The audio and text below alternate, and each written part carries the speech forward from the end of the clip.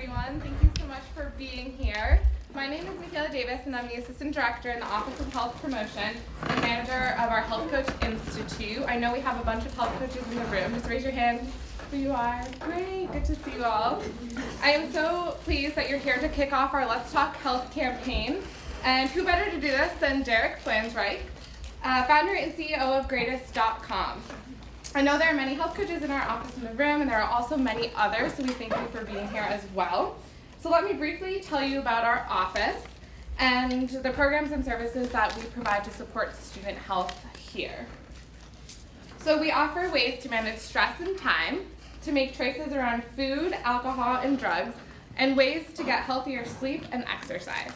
With our Let's Talk Health campaign, we aim to develop individual, small group, and community-wide conversations to help you explore and enhance your health. So please visit our website, stop by our office in Gaston 025 for a cup of tea and snacks, and attend any programs that interest you, such as our new Friends series, group health education programs, individual IHIPs, and any other resources that you can find online if you can't make it in person. I would now like to introduce our guest speaker to you today. So Derek Flanzraich is an entrepreneur on a mission to give everyone a healthyish attitude. He is the CEO and founder at Greatest, a next-generation media startup working to make healthy living cool and build the first truly trusted customer-facing healthy living brand for this generation. Greatest is profitable and reaches about 10 to 15 million unique visitors per month. So raise your hand if you get Greatest's emails. Okay, so now everyone in the room is going to sign up to get Greatest's emails. 1 email a day, 5 stories. So Flanzraich was previously with Clicker.com, acquired by CBS, and NBC Universal's digital entertainment strategy and operations. Graduated from Harvard, so just across the river, and has been building brands and organizations that last since his dog walking business at just 10 years old. Besides everything health and wellness, he also loves theme parks and theme bars, and we learned today that he hopes to build a fitness theme park or amusement park in the coming year, so look out for that. So Derek, welcome, and thank you for joining us today and helping us to be more healthier. All right. Okay, so I can't run around like I wanted to because there's no clicker, so you guys are just going to have to... Hi, everyone. Happy Friday. I know this is exactly what you guys want to be doing Friday afternoon, so I'm grateful that you're here. I'm here to talk about my story, the company that I built, and some sort of things that I've learned in the hopes that it will inspire you as we embark on this exciting Let's Talk Health campaign. So me. This is what I looked like growing up. I actually just recently found this picture. I went home like about a month ago. I went home and there were all these old drawings, and I realized that I had to, I can't believe anyone was on board with these decisions that I made. But I hurt my hand really badly when I was 8 and ended up with my right arm in a cast for 4 years. And so, in the ages when guys play sports and make friends, I didn't, and I ended up the biggest kid in the class struggling with my weight. And so, I wasn't unbelievably enormous, but I made funny faces and made poor Halloween costume decisions. And then to add insult to injury, my parents moved me from California to Miami, Florida. And I spent all this time reading all these books. I don't know why I put Harry Potter on here, besides that I love it. I moved to Miami, and suddenly there I was, the big kid in the class, surrounded by all these sexy people with their shirts off all the time. And I was like, really? We're in middle school. Why put your shirt back on? But it kind of doubled down on this notion for me that I felt so out of sorts. And as I tried to figure out what I should do with my health, it felt like every TV show I turned on, every magazine that I opened, every product that I purchased or program that I signed up for and started felt like it wasn't on my side. And told me what I should look like and how I should feel, and felt like it made me feel worse instead of better. And I couldn't believe that. I can't believe there's a thing called The Biggest Loser, and people think that's clever, by the way. That's so messed up. Just think about it for a second. They're like, haha, well, they're big losers, but imagine how they feel. But long story short, I decided that my move, let's see if this will work. Nope. This is just a picture, not a GIF. All right, well, can't win them all. I decided to read a bunch of science because I decided the right move was to go straight to the source, and I started to read all these scientific studies, frustrated that I felt like I wasn't getting the information that I wanted, and started to learn a thing or two. And then what I did was I started to bother all my friends with that information. So much like you guys fit a role here, many of you on this campus, where people turn to you and ask for help, I was in the same similar role, except I had no clue what I was talking about. I just was really into it. And as I started to struggle a little bit less with my weight, still struggle with my health today, and I'm the first to admit it, people started listening to me. And this really shocked me, because why would they listen to me when there's Dr. Oz and Jillian Michaels and all these famous, fancy experts? And my takeaway from them was that the reason I was resonating was because I sounded like a friend that was just a little further along. Not like a preachy expert telling them what they should do, not talking down to them, but with them, because I'm just like them. And so it's perfectly in time with the way the world is shifting. I felt like there was nothing that was speaking my language growing up, and the reason was because we were prioritizing and thinking about health in an increasingly different way. Not only do millennials actually prioritize health over wealth, a vast, almost entirely different shift in prioritization. It's like, people don't realize how much we care about health above almost everything else. But the question is, like, how are you defining it, how are you thinking about it? What does it mean for you? And so at a time when this seems so important, why aren't there brands and businesses that sort of speak our language? And so in an extreme version of this, in the early days of Greatest, I got six-pack abs in 6 weeks. I just want to say for the record that Elise asked me to put this photo in this. And to send her, I put that, she asked me to put this in, but it's in a very extreme, this is me, very shiny, and it's not photoshopped, but there's definitely some oil of some kind on there.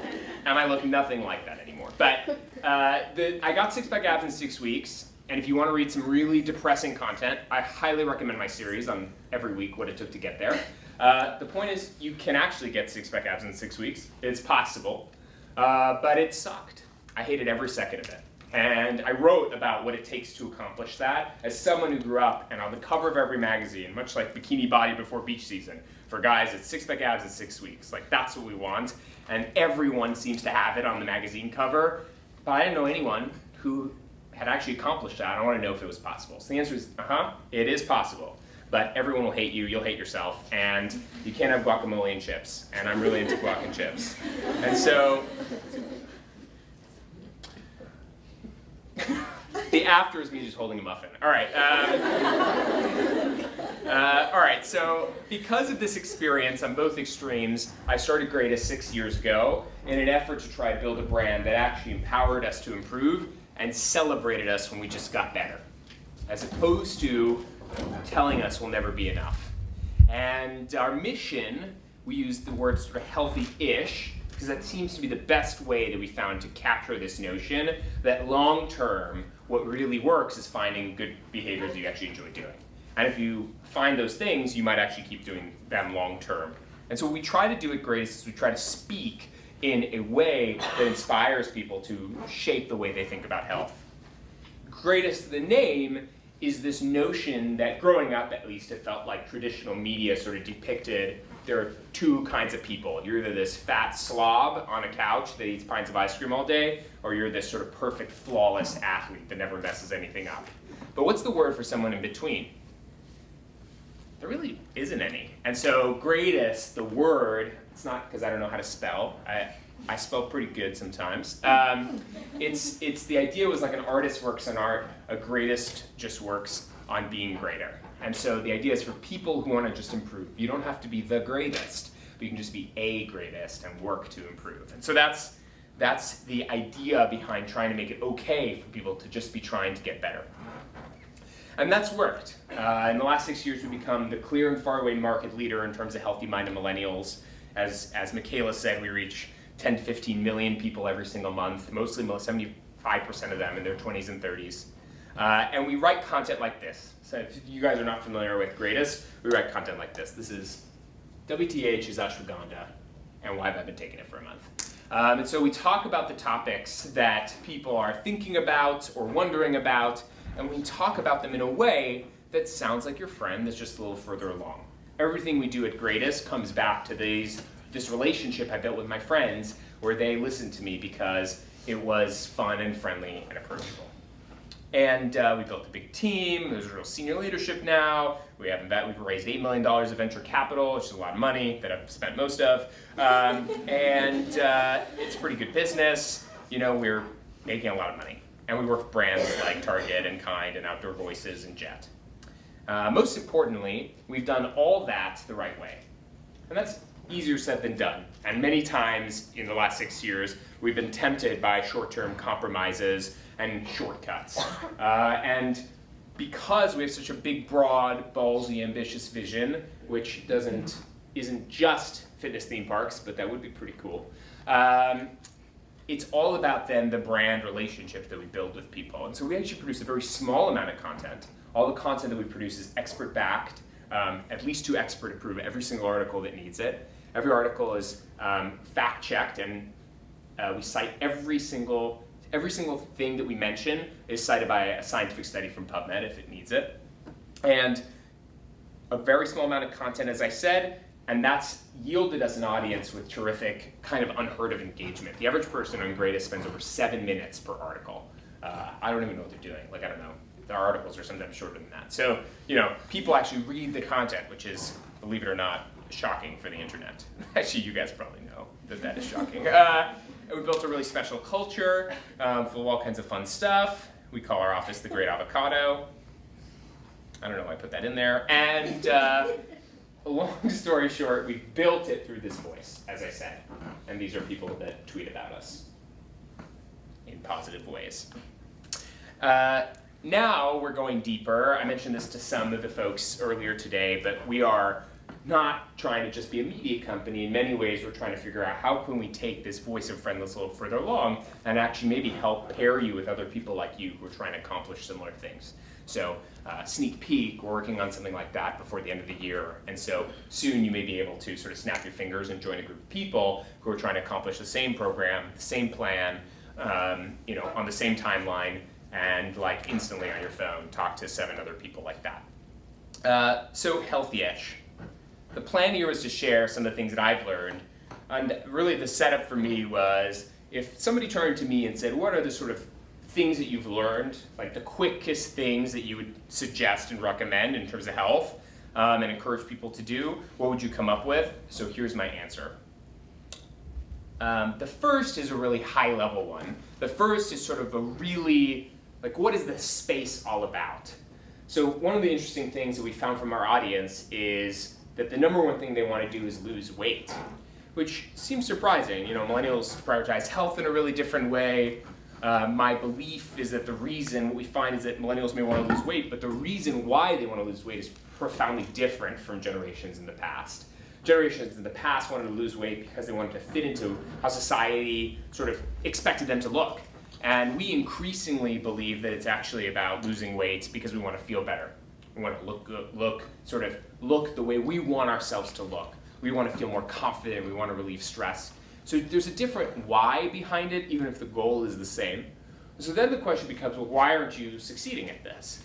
And the answer may surprise you. Sound like a TV ad. This notion of I feel very alone is something that maybe the people in this room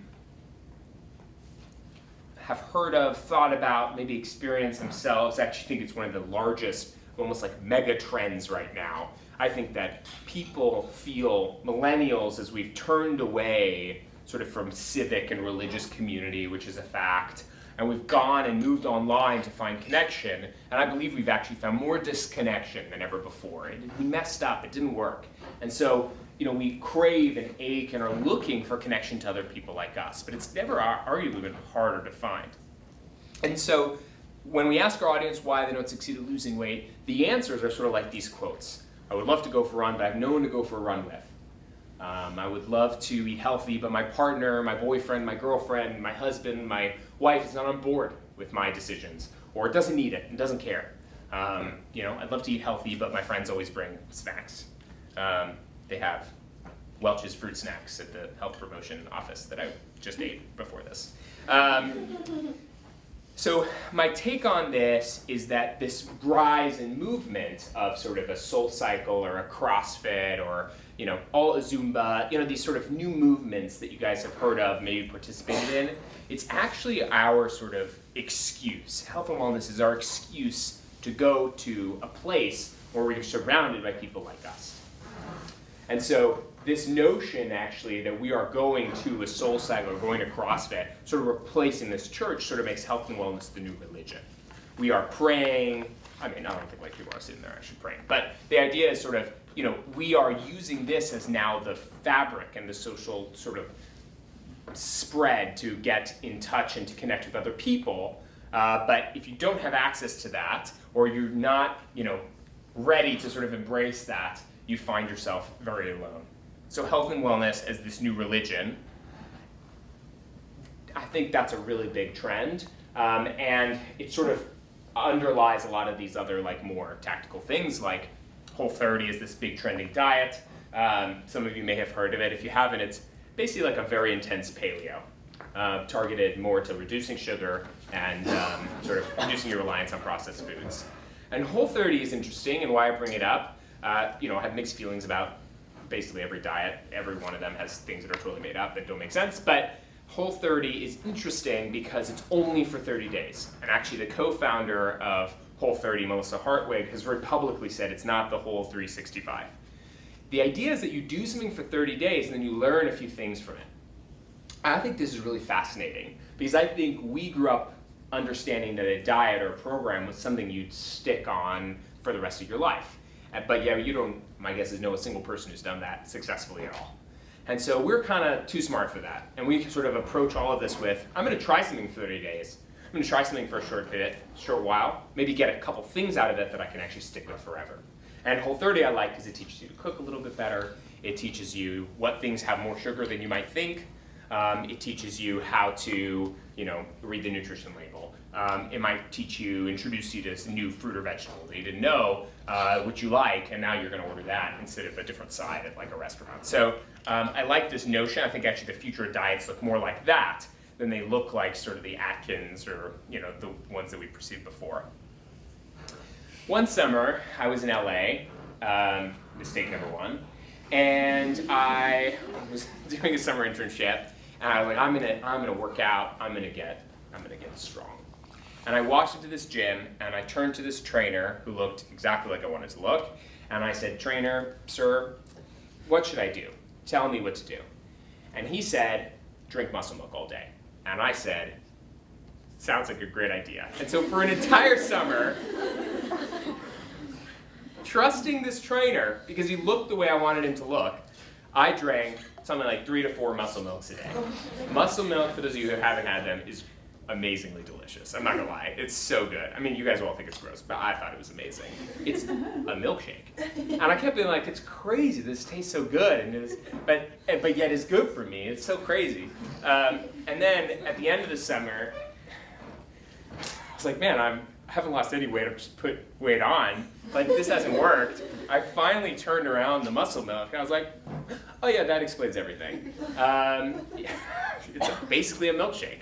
I don't know why there's muscle in the front, it's just a milkshake. They actually literally have a light version, which is insane when you really think about it. Like, why would they have a light version of it? Anyway, long story short, the number one advice I give people is don't drink your calories.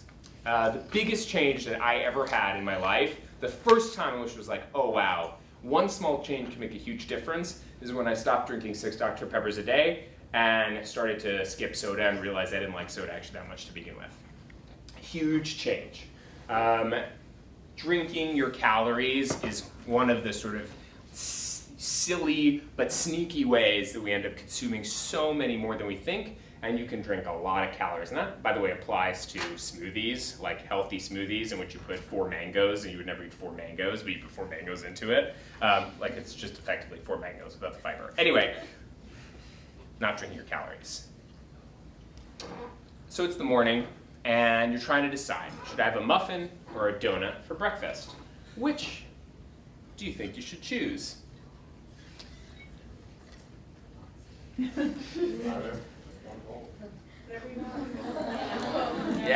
all right. I mean, it's not like really that surprise. Muffins are way worse for you than donuts almost always. I mean, unless your donut is enormous. So don't be misled by the fact that something has brand in the title. Oat bran muffins are like about as bad, about as unhealthy a thing as you can eat. But if you like them, you can eat whatever you want. It's true, whenever someone says that. So the reason I bring this up is because people have a lot of myths that they've heard, or a lot of sort of standing beliefs that they have. This is, egg yolks are unhealthy or donuts are bad. And the question is always is that really true? Let me go find out. And so one of my favorite things, muffins seem so healthy, but muffins are almost always 3 times the size of donuts and are basically they're like cakes. Like when you think about a muffin, it's baked like a cake. It's a cake. So if you're gonna have something sweet, at least have a donut. All right, that's my number one health advice is eat donuts. Sleep. So my number one advice on sleep is that the snooze button ruins your life. And some of you may love your snooze button. But the sleep that you get once you hit your snooze, I used to be a big snoozer. And then I read some of the science, and Great's published a bunch of different articles about sort of the impact of the sleep after you hit the snooze button. And the answer is it's terrible and you may as well just get up right then. And so this was a big sort of health tip that changed my life, which was then I just set the alarm for the time I really was planning on getting up instead of enjoying sort of this 10 minutes of snoozing. The whole key of sleeping is to have these really deep REM cycles in which you actually sleep and your body resets and every amazing thing that keeps us going happens, and that 15, 20, 30 minutes that you enjoy after the snooze button is kind of made up sleep and it's not actually helping you. So kind of strange advice, but do what this guy does, and it seems actually like a very dangerous thing that he's doing because his eyes are closed. Slow, steady state cardio. So we were talking about this at our lunch. But the 2 pieces of advice that most people hear when they're trying to lose weight is, start running and eat salads. And I have very strong opinions about both things. Sorry to everyone who heard them earlier. The first thing is that slow, steady state cardio, and in particular running, is just about the worst advice for people who don't like running. If you love running, by the way, and you love running, you should totally run. That's awesome. Most people I hate running, and many people feel that way. But yet, if you go to the gym and you look at what people are doing, sometimes you should just go to the gym and just look at people's faces on the treadmills. People are just miserable. They hate it. And so the first piece of advice we always give about something like this is if you hate it, don't do it. The whole point is that you fall in love with something new, you enjoy something, you enjoy how you feel while you're doing it, so you keep doing it long term. And so running is one of the biggest mistakes you can make. Slow, steady state cardio is about the least good at helping you losing weight. In fact, you could argue that fitness as a whole is almost irrelevant to weight loss. If anything, more and more science suggests that you overeat, overestimate how many calories you have. Don't get me wrong, fitness is basically the solution to everything else in your life. It's unbelievably amazing, and it's the miracle pill for just about every other health thing. And I love exercise and highly recommend that everyone works out. But for weight loss in particular, running is a big mistake, unless you love running and will keep doing it. Salads, I feel similarly about. Most salads suck. Most people won't tell you the truth, which is that they had salads too. And in fact, people know that you hate salads so much that most people cover them with things that are terrifically unhealthy. And so you're like, I'm getting a salad. Let me just put a ton of blue cheese on top, and let me just cover that with cranberries. And you know what? They've got pirate's booty. Let me just throw that on there too. And suddenly, you're actually eating a worse thing for you than if you had gotten a burger. And at most fast food restaurants, actually, the Caesar salad has more calories than a burger. Calories are not the only thing that define what's healthy, but if you think you're making a healthier choice, you may very well be being tricked into it. And then if you remove all that good stuff, most people feel like salad is very not filling and end up eating later for it. So if you don't like salad, don't eat salad because you think it's healthy. If you love salad, and we were talking about sweet green earlier, like, fresh vegetables, like really good salad with all kinds of interesting things, like obviously that can be great. But basically, for me at least, if it's not a bowl, right, there's not a protein, there's not whole grains or healthy grains involved, I tend to actually be super hungry and feel very unfilled. So a lot of what you hear initially, and what is sort of the traditional sort of things that you've heard may not be true. The miracle pill. So let's say, I mentioned the miracle pill being fitness, but let's say I could give every single one of you a pill today that actually got you to exactly your target weight. Would you be happy? One, I actually have a sneaky suspicion that one day we will have this pill. Like, I don't know if, I'm not a scientist, but my take on this is we will at some point be able to figure something out that will help you get maybe to the place where you want to be in terms of your weight. But I bet every single person in this room thought in their head, no, I will not be. And so what I encourage you guys to do is to think about why that is the case. And so yeah, maybe the number one thing people want to do is lose weight, but if I gave you a miracle pill to fix it, do you think that the self-help industry would go away? Do you think that sites like ours would disappear? Do you think that the health and wellness world would go away? And the answer is almost certainly not. And so my question to you is, why is that? And what is it that you're really trying to figure out?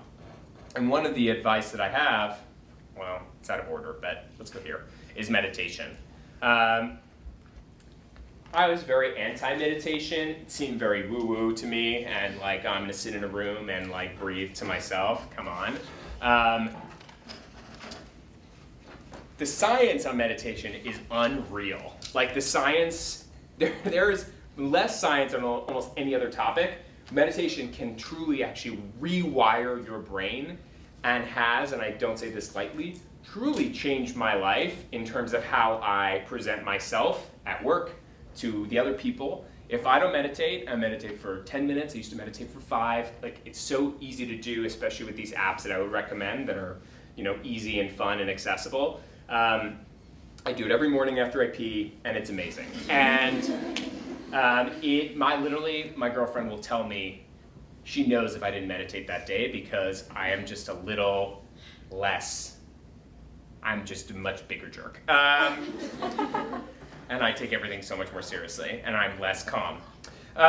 Meditation, try it. It's kind of unreal, actually, and it's becoming a little bit more popular, which is interesting. It's a little bit of a sneaky secret. A random other tip that I like, and for some reason put on here, is use smaller plates. I don't know why I put that on here, except that I totally do that, and it's a big game changer for me. Your body actually, you actually trick your mind into thinking that you ate more. Doesn't that look like a more full meal? It's not. What? I mentioned Whole30. One of the interesting things that Whole30 teaches you, as I said, was that there is more sugar than you might think in some things. And so my favorite hot sauce is sriracha. And next time that you look at sriracha, turn it around and compare it to Cholula. The sugar in it is unbelievable. I mean, no wonder it's so delicious. It's just full of sugar. So it's these small little things that how are you supposed to know unless you're looking? And these small little tips, like putting cinnamon in my coffee instead of the cream and sugar that I used to do, which makes me love coffee and skip all that stuff. These small little things over time add up. Okay, meditation. Long story short, that's a bunch of my favorite stuff. I thought that might be helpful. Maybe it's helpful to share with some of the people that you guys work with. But above all, what we believe at Greatest and what the whole site is about not telling you what to do. At the end of every single one of our articles, you will basically read the same sentence over and over and over, and the sentence goes, unless you really like it, in which case you do you. The idea is what we want to do is inspire you, we want to inform you, we want to give you a bunch of different options. Share with you what everyone is talking about. Let you sort of be exposed to new ideas, new trends, new diets, new foods, new workouts, in the hopes that you'll discover a few things that are right for you. Every single person in this room is completely different. You have your own story, you have your own likes and dislikes, you have your own weird things that you're into. I don't want to know all that. But what that means then is that your health and wellness solutions are going to look very different as well. And so we try to do at Greatest is we try to tell you that it's really about what's good for you. What's truly good in the sense that you'll actually, like you're not lying to yourself and it's actually good for you, good. What's truly good for you in the sense that it's what you want to do and not what somebody else tells you, not what your friends are into. And then if you do that, good for you. That last part really, it needs some work. All right. But it needs 3 things. That's kind of, I don't know. I am so thrilled to be kicking this campaign off. It's called Let's Talk Health. It's really, they told me that they've been working on it for something like 7 years, which is, just imagine how good it is. I'm just thrilled to be a part of it, honored to be here. I was here 3 years ago, and the only thing I want to say is that when other people ask me what colleges are doing it right, I talk about Boston College. And the reason is because I think this health coach program, the training that happens, the role that each of you play, I think it's some of the most innovative and important things that exist. College is a particularly tough time. I loved every second of it and hated so many seconds of it. And college is a time in which you're learning a lot of different things, a lot of different habits. And I think I was exploring and trying new things in my health more in college than I ever did. You just have so many people to be exposed to, and you have so many new people that you can build friendships with who are into the same things you are and are sort of pushing in your same direction. And so some program like this is so crucial. And so I'm honored to be here because I think what you guys are doing is so cool. And I appreciate all of you who subscribe to our email app. And all of you who don't, it's fine. And it's just greatest.com with an ISD. All right, thanks everyone.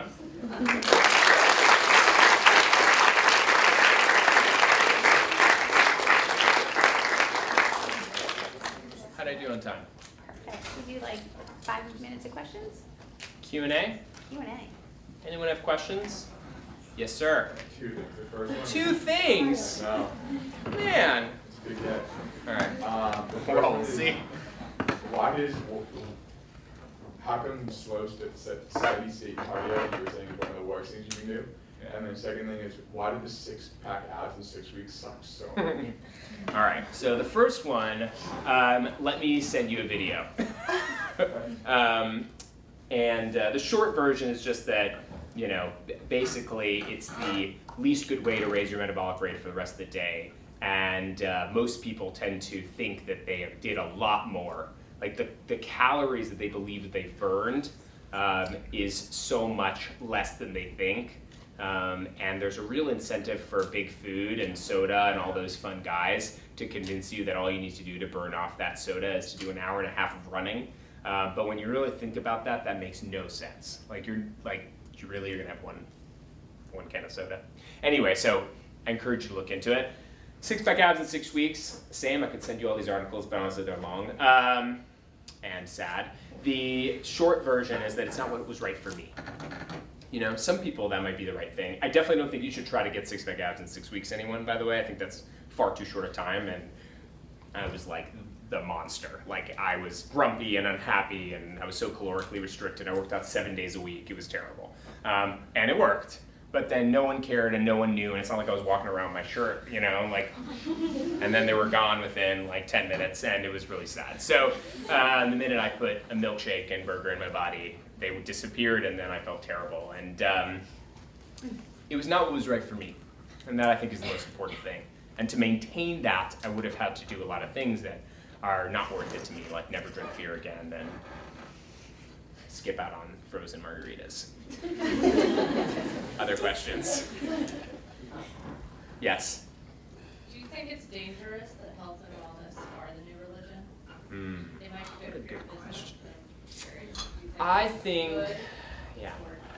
I don't know the answer. I definitely think, I tend to be very hopeful and optimistic in terms of thinking that we, millennials, us millennials, that we are thinking about prioritizing health at an earlier time. I think part of that is driven by the fact that most of us have parents who we've seen struggle with it so badly. And so I'd like to think that we will think in a healthy way about health. I don't know if that's the case. And actually part of why I started Greatest was because I was really terrified that in a world that was starting to prioritize health, that it would continue to be defined by people who want to make like easy money the easy way.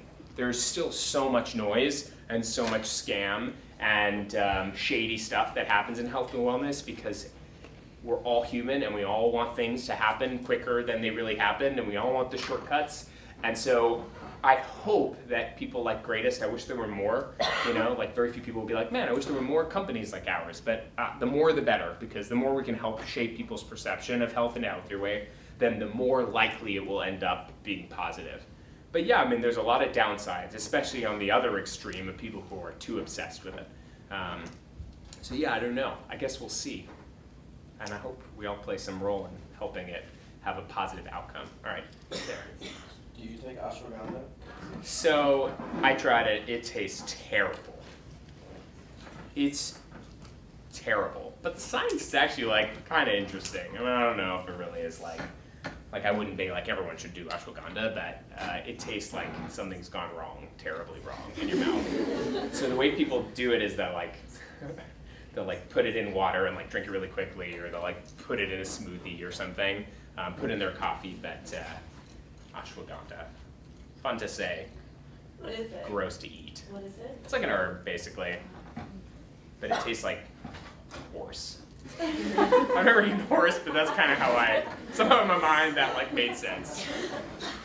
All right, yes. I was wondering, is there a certain demographic that you reach more on Greatest, and if so, is there a way that you would diversify that demographic? Because I feel like at least in of the health coaches, it's mostly women. Mm-hmm. Which is great. I mean, I love women, and it's great. But That's great. I feel like it'd be nice to see more men be more interested Yeah. in the holistic nature of health, and I was wondering if you encounter that problem also in Greatest. So we have very strong opinions about this at Greatest. Greatest is very proudly a gender-neutral brand. We believe that men and women, most science is equally relevant to them, especially in health and wellness. And our majority female team, full-time team, they say a lot that they don't love how most media approaches them as if they're all the same.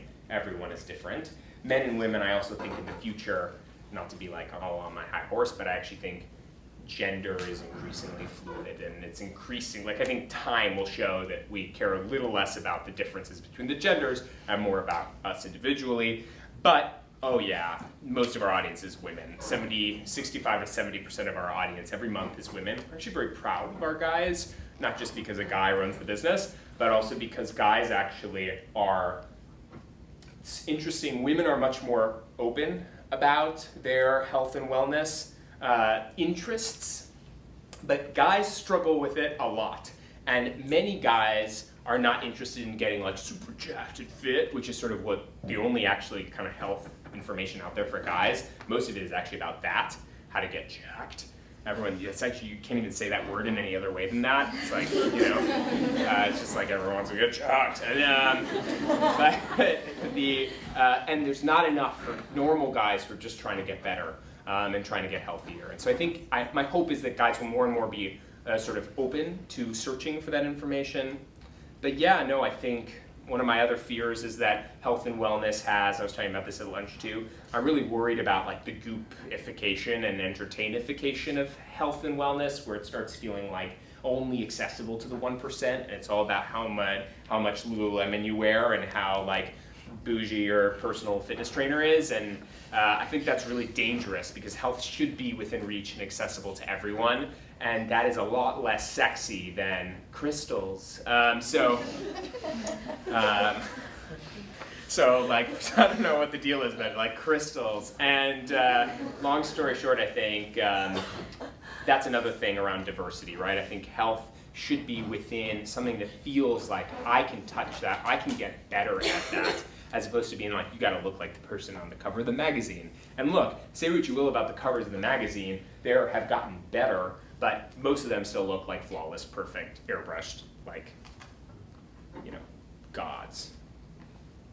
Yes? You mentioned earlier how Greatest is in the process of introducing a new way, I think, to sort of engage the community. Can you speak a little more about that and share with us how you think you would still separate yourself from the preachy figures?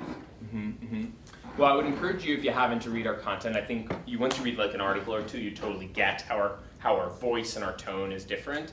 It just feels like, reads so different. It used to be, it sounded a lot more like me in the early days, and now it sounds better because we have all these talented writers and editors who are meaningfully better than me. But what we're sort of working on in the future is something I'm really interested in.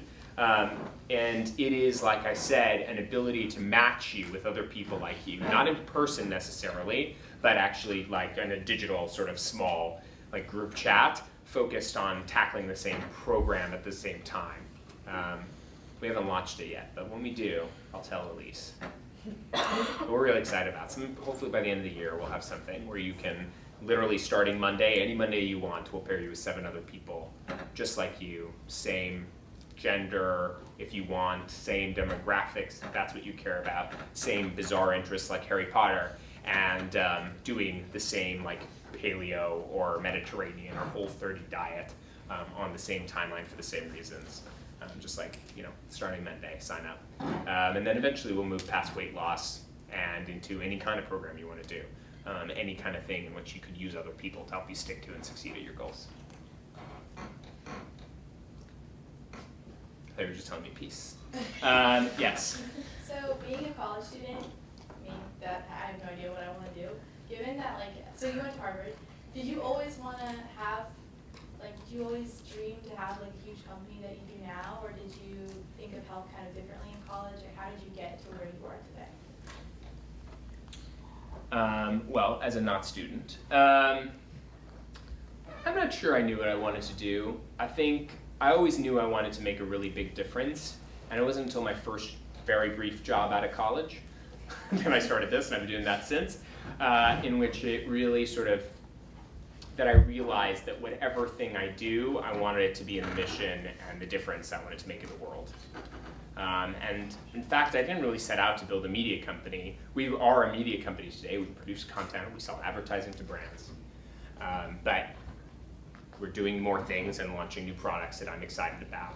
But where it really started was that I grew up going through Weight Watchers and felt like Weight Watchers was totally irrelevant to me and all my friends. And that we didn't want to watch our weight anymore. We wanted to live our life.